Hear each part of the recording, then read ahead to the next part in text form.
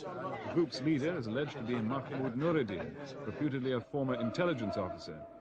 In another cell, Gamal Shorki, nephew, with interruptions of shouting from some defendants. The court has charged 20.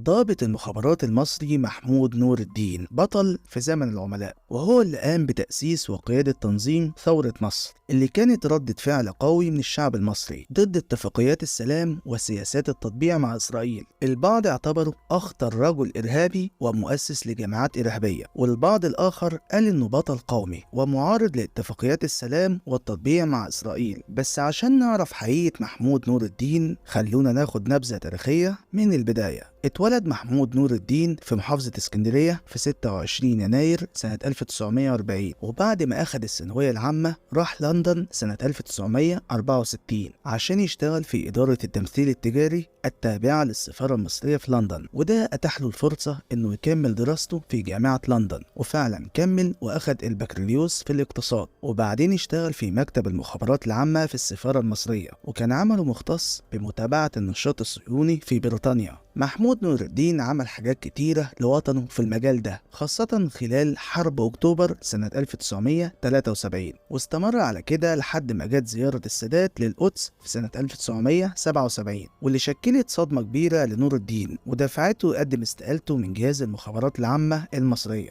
عشان يعترض على الاتفاقية اللي اتعملت مع الكيان الصهيوني. وبعد زيارة السادات للكيان المغتصب، نور الدين انفجر من الغضب وبدأ يشتغل على تأسيس مجلة في لندن اسمها 23 يوليو مع محمود السعدني، وكمان مع فهمي حسين وصلاح الليثي وعاصم حنفي وغيرهم. المجلة كانت أول مجلة عربية تنزل في لندن، وحققت نجاحات كبيرة في الوطن العربي، وكانت بتتهرب لمصر في السر. والسعدني كان متوقع إن المجلة هيجي لها دعم من الأنظمة العربية، بس ما حصلش الدعم اللي كان متوقعه، وبيقول إنه كان لازم يرفع شعار 23 يوليو عشان المجلة تاخد الدعم. بس المجلة كمان ما خدتش دعم من دول عربية كتيرة، وبعدين المجلة انهارت وتوقفت عن النشر ما بين سنة 1980 لغاية سنة 1983. وقتها نور الدين كان بيتعاون مباشرة مع صاحب عمره خالد جمال عبد الناصر نجل الرئيس الراحل جمال عبد الناصر، وخلال 6 شهور نور الدين بدأ ينظم جماعته السرية المسلحة وسماها ثورة مصر، وكان الهدف الرئيسي للتنظيم انه يظهر الكوادر اللي بتشتغل تحت ستار الدبلوماسية، ولكن بطريقة مش رسمية عشان مصر ما تتورطش في أزمات دبلوماسية. وبعد مجموعة عمليات ناجحة، نور الدين لقى نفسه وسط النار،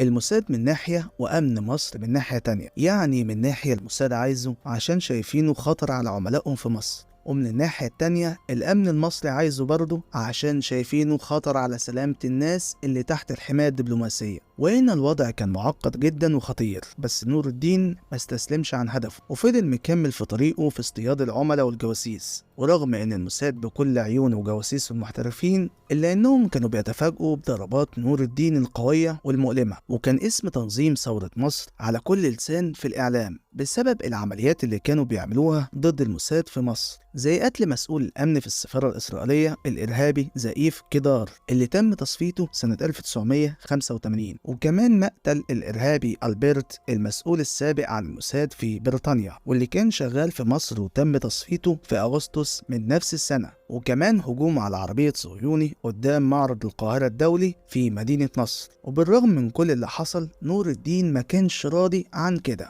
كمان وسع دائرة عملياته لتشمل الأمريكان، لأنه كان عارف بحكم خبرته في المخابرات المصرية إن أمريكا حليفة لإسرائيل، وعشان كده راح استهدف 3 عاملين في السفارة الأمريكية في القاهرة في مايو سنة 1987، وده خلى المخابرات الأمريكية تدخل في دوامة البحث عن تنظيم ثورة مصر وقائدها محمود نور الدين. وهنا كان نور الدين بيواجه مشكلة مع 3 أجهزة مخابرات قوية، المخابرات المصرية والأمريكية والصهيونية. والمخابرات الأمريكية كانت مستعدة تدفع فلوس كتير جدا عشان تعرف التنظيم، وللأسف الفلوس كانت بداية طريق الخيانة. كان لمحمود نور الدين أخوه اسمه عصام، وكان يعتبر التاني في التنظيم، بس عصام انحرف وبقى مدمن مخدرات، والموضوع ده زاد عن حده، وبقى كل شوية عصام يهدد أخوه نور الدين إنه لو ما أخدش فلوس يشتري بيها مخدرات هيفضح التنظيم للمخابرات، وهيقول لهم بقى على أسمائهم وأماكنهم والعمليات اللي بيقوموا بيها. وكل حاجة بتحصل في التنظيم. فنور الدين لما سمع الكلام ده من أخوه رفع المسدس في وشه، وبعدين ضرب نار على رجله عشان يحذره ويبعد عن الموضوع ده. بس المخدرات لعبت دورها وفتحت قدامه طريق زي الورد، واعتقد انه لو بلغ عن اخوه محمود هيبقى معاه فلوس كتير جدا. وفعلا عصام اتصل بالسفارة الامريكية في القاهرة وقال لموظف الاتصال انه الرجل الثاني في تنظيم ثورة مصر، وطلب موعد لقاء مع السفير الامريكي. وبعد فحص طويل لعصام وتعزيز الحراسة على السفارة، وفي واحدة من الغرف المغلقة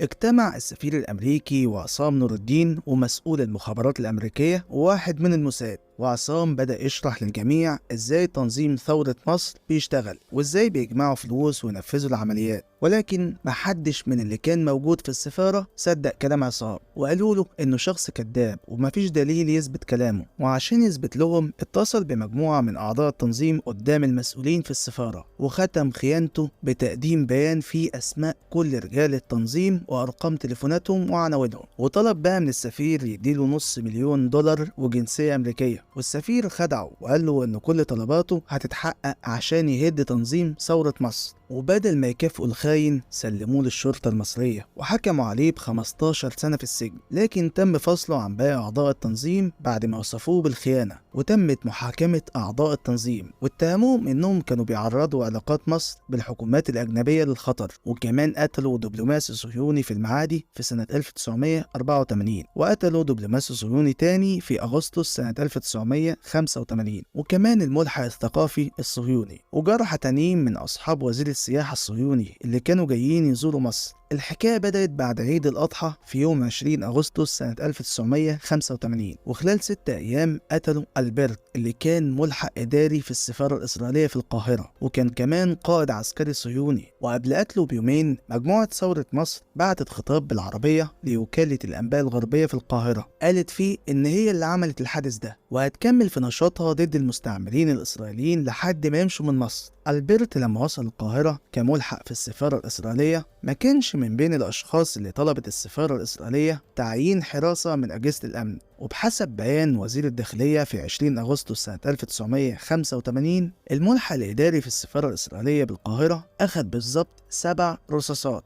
وده بسبب عربية ملاكي قطعت عليه الطريق هو ومراته وواحدة سكرتيرة. كانوا خارجين من بيتهم رقم 12 في شارع 210 بالمعادي رايحين بيت السفير الإسرائيلي في نفس المنطقة. وهم في طريقهم عند تقاطع شارع بورسعيد مع شارع 18 في المعادي عربية قطعت عليهم الطريق، وفجأة بدأوا يضربوا عليهم نار. والملحق الإسرائيلي ألبرت انقتل ب7 رصاصات ضربهم نظم شهيد. والناس اللي في المنطقة سمعوا صوت الرصاص وجريوا عشان يشوفوا ايه اللي حصل، فلقوا الملحق مرمي على الارض وميت وجنبه مراته والسكرتيرة مصابة. وساعتها اخدوهم على مستشفى السلام الدولي، وهنا حكموا على نور الدين و10 متهمين تانيين، ومن ضمنهم خالد جمال عبد الناصر اللي كان خارج البلاد في الوقت ده، وحكموا عليه غيابيا بتهمة تمويل المجموعة وتجهيزها بالأسلحة. بس خلي بالك ان خالد جمال عبد الناصر و4 اشخاص تانيين تبرؤوا بعد تدخل مباشر من امير الكويت.